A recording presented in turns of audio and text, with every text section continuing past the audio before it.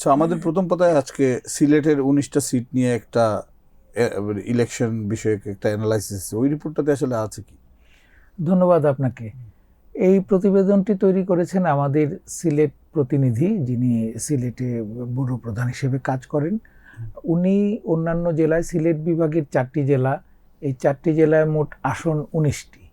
উনি সকল প্রতিনিধির সাথে, সকল জেলা প্রতিনিধির সাথে আলোচনা করে যে প্রতিবেদনটি পাঠিয়েছেন, এতে তিনি দেখিয়েছেন যে 8টি আসনে বিএনপি বেশ এগিয়ে আছে, 4টি আসনে জামায়াত এবং তাদের জোটের প্রার্থীরা এগিয়ে আছেন, বাকি 7টি আসনে হাড্ডাহাড্ডি লড়াই হবে। তবে এই সবগুলি লড়াই যে বিএনপির সাথে জামাতের প্রতিদ্বন্দ্বী তা না, বা জামাত জোটের প্রতিদ্বন্দ্বী তা না।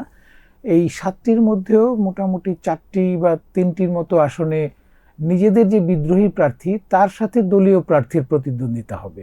অর্থাৎ সেখানে জামায়াতের কোনো সুযোগ নেই, বরং বিএনপি বনাম বিদ্রোহী বিএনপির প্রতিদ্বন্দ্বিতা হবে, এরকমটি উনি জানিয়েছেন। আপনারা জানেন যে এইবার জামাত জোট যেসব আসন ছেড়েছে তাদের জোট সঙ্গীদের, এর মধ্যে একটি মোটামুটি ভালো অংশ হচ্ছে সিলেট এলাকায়।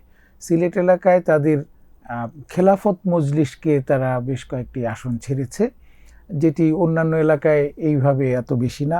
মাত্র 19টির মধ্যে 4টি বা 5টি আসনে তারা খেলাফত মজলিসের প্রার্থী দিয়েছে। সিলেটের অনেক আসনে যারা কখনোই দেশে ছিল না, বিদেশ থেকে আসা লোকজনকে নমিনেশন দেওয়া হয়েছে, এইটাও কি একটা বড় কারণ হইতে পারে?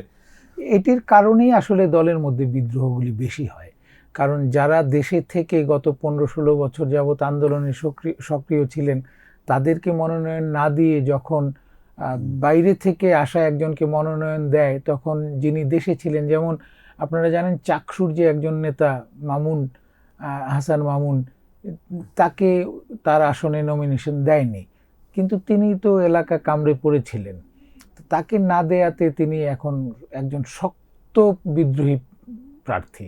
সেই আসনটিতে ত্রিমুখী প্রতিদ্বন্দ্বিতার আভাস দিয়েছেন আমাদের প্রতিবেদক। একইভাবে আরও একটি আসন আছে যেখানে নাকি বিএনপির প্রার্থী, বিএনপির মধ্যে বিদ্রোহী প্রার্থী, জামাতের জোটের একজন প্রার্থী এবং তাদের জোটেরই আরেকজন বিদ্রোহী প্রার্থী। জামাতের ওখানে প্রার্থী নেই, সেখানে হচ্ছে এনসিপিকে তারা মনোনয়ন দিয়েছে ওই জোট, কিন্তু খেলাফত মজলিস তাদেরই জোটের আরেকটি দল, তাদের একজন প্রার্থী আছেন। তো সেই প্রার্থী এবং বিএনপির দলীয় বিদ্রোহী, এই 4 জনের যে লড়াইটি হবে, সেক্ষেত্রে বলা হচ্ছে যে শেষ পর্যন্ত 4 জনের মধ্যে লড়াই না হলেও 3 জনের মধ্যে একটি ত্রিমুখী প্রতিদ্বন্দ্বিতা হতে পারে। জাতীয় পার্টির প্রার্থী একজন রিয়াজ, উনি ধীরে ধীরে কিছু ভালো করতে যাচ্ছেন। আগের যে একদমই অবস্থান ছিল না, সেখান থেকে ক্রমশই তিনি সামনে এগিয়ে আসছেন। তিনি সামনে এগিয়ে এলে তিনি যাদের ভোট কাটবেন, সেই দলটি হয়তোবা বেশি রকমের ঝুঁকিতে পড়ে যাবে। আচ্ছা, আমার খুব আগ্রহ আছে সিলেট 1 নিয়ে।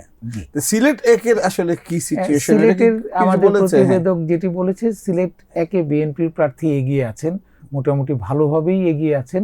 সেখানে জামাতের ভোট থাকলেও জামাতের প্রার্থীও ভালো, উনি বলছেন। জামাতের প্রার্থীর সম্পর্কে সেখানকার মানুষের মধ্যে ভালো ধারণাও আছে, কিন্তু তার চাইতেও বেশি বিএনপির যিনি প্রার্থী তিনিও পরিচিত, তার যে ব্যাকগ্রাউন্ড সেটিও ভালো, ওনার পারিবারিকভাবেই যে বিএনপির সাথে তাদের যে সম্পর্ক, সেসব কিছু মিলিয়ে উনি জামাতের প্রার্থীর চাইতে এগিয়ে আছেন। কিন্তু ওই সিটটাতে একটা ইন্টারেস্টিং বিষয় ছিল যে সিলেটের আগের মেয়র ওই সিটে আসলে প্রতিদ্বন্দ্বিতা করতে চেয়েছিলেন, কিন্তু তাকে, এবং তিনি সবসময় এই সিটেই কাজ করেছেন, উনি এখানে মেয়র হয়েছেন,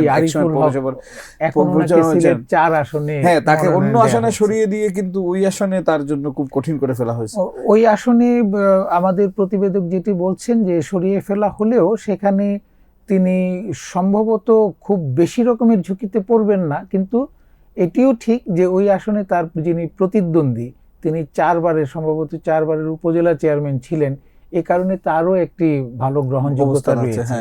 তো সেসব মিলিয়ে সেখানে হয়তো একটি লড়াই হবে, কিন্তু আমাদের প্রতিবেদকের ভাষায় এখন পর্যন্ত আরিফুল হক এগিয়ে আছেন। আবার আরো কিছু কিছু এলাকায় আছে,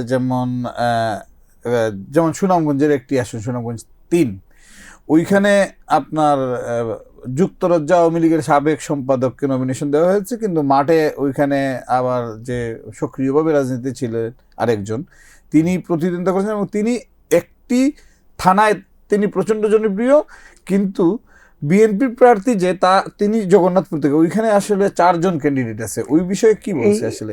এইটা আমাদের প্রতিবেদনে আসলে এলাকা ভিত্তিক বিশ্লেষণটি ছিল না, তবে সারা দেশের মতো সিলেটেও এই ধরনের, কারণ অনেক জায়গাতে একাধিক উপজেলা নিয়ে একটি নির্বাচনী এলাকা দেখা যায় যে একটি উপজেলাতে 1জন বা 2জন প্রতিদ্বন্দ্বী প্রার্থী, আর বাকি অন্য আরেকটি উপজেলায় দেখা যায় 4জন, হ্যাঁ 4জন প্রার্থী। সুতরাং এলাকা ভিত্তিক যখন একটি ভোট মোটিভেশনের চেষ্টা করা হয়, তখন দেখা যায় যে যিনি একটি উপজেলায় 1জন প্রার্থী তিনি একটু বেশি সহানুভূতি পান তার এলাকার, এবং উল্টা দিকে একই উপজেলা থেকে 3-4 জন প্রার্থী হলে তাদের মধ্যে ভোট ভাগাভাগি হয়। সেটিও একটি প্রভাব ফেলবে এই নির্বাচনে, কারণ সিলেটের দিকে এই আঞ্চলিকতাটা একটু বেশি, অন্যান্য অঞ্চলের চাইতে প্রতীকের চাইতেও অনেকটাই কাজ করবে নিজের এলাকার প্রার্থী কিনা, নিজের কতটা কাছের মানুষ, এটা এইসব কিছু অনেক সময় সিলেট এলাকায় নির্ভর করে, এইগুলি প্রভাব বিস্তার করে। আমরা অতীতে দেখেছি যে সিলেটে জামাতে ইসলামের নিজস্ব ভোট আহামরি নেই, খুবই কম। অন্যবার যেরকম এন্টি আওয়ামী লীগ ভোট হয়, এইবার কিন্তু এন্টি বিএনপি, এন্টি কারাপশন এই ধরনের ক্যাম্পেইন আছে, সেইটা ভোটে কতটা প্রভাব ফেলবে? জামাতের পক্ষ থেকে যেই ক্যাম্পেইনটি করা হচ্ছে যে বিএনপি একটি দুর্নীতিবাজ দল, তারা অতীতে দুর্নীতি করেছে বা চাঁদাবাজিতে লিপ্ত, ইভেন 5 আগস্টের পরেও দখলদারি চাঁদাবাজিতে তারা লিপ্ত ছিল বা এখনো আছে, এগুলি জামাতের সারা দেশেই প্রধান ক্যাম্পেইনের তাদের প্রধান অস্ত্র হচ্ছে এটি। তারপরেও তো মানে এইসব বিভাগওয়ারি যদি অ্যানালাইসিস আমরা দেখি, যতটা বিএনপির জন্য সহজ হবে বলে হয়েছিল ততটা সহজ হবে কি? না, তা হবে না। আরো 2-1টি ইসলামী দল আছে, খেলাফত মজলিস সহ কয়েকটি দল আছে, তাদের ভোটগুলি হয়তো যোগ হবে। তবে সিলেট 5 আসন, যেটিতে অতীতেও জমিয়তে উলামায়ে ইসলামের প্রার্থী একাধিকবার জয় পেয়েছে, ওই আসনটি এবার বিএনপি তাদের জোটেই রাখতে পেরেছে। বিএনপি জমিয়তে উলামায়ে ইসলাম বিএনপির জোটেই আছে এবং তারা সেখানে প্রার্থী দিয়েছে ওই দলেরই একজনকে। সুতরাং ওই আসনটিতে শেষ পর্যন্ত যে কি হয় সেটি নিয়েও অনেকে আগ্রহের সাথে দেখবে, কারণ জামাতে ইসলামী এবং জমিয়তে উলামায়ে ইসলাম দুটি ধর্মীয় দল, ধর্মভিত্তিক দল।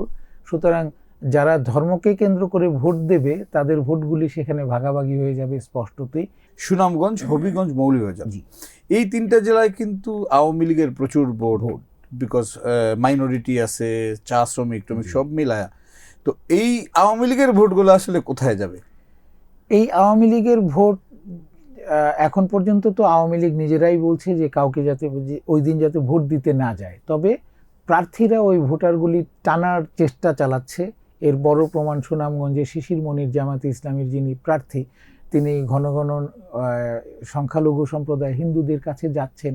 উনি আওয়ামী লীগের নেতা, সাবেক নেতা সুরঞ্জিত সেনগুপ্তকে খুব বড় করে দেখাচ্ছেন যে উনি ওই এলাকার একমাত্র অবিসংবাদিত নেতা, উনি তার স্নেহধন্য ছিলেন, এগুলি বলে উনি হিন্দু ভোট, যেটি আসলে আওয়ামী লীগের ভোট ছিল, সেই ভোট নেওয়ার চেষ্টা করছেন। আর সিলেট যেহেতু মাজারের এলাকা, বিভিন্ন পীর আউলিয়ার মাজার রয়েছে, তো জামাতের বিরুদ্ধে তো একটি বড় অভিযোগ আছে যে তারা মাজার বিরোধী, মাজার ভেঙে ফেলতে চায়, সেটিও নির্বাচনে কাজ করবে বলে আমার ধারণা।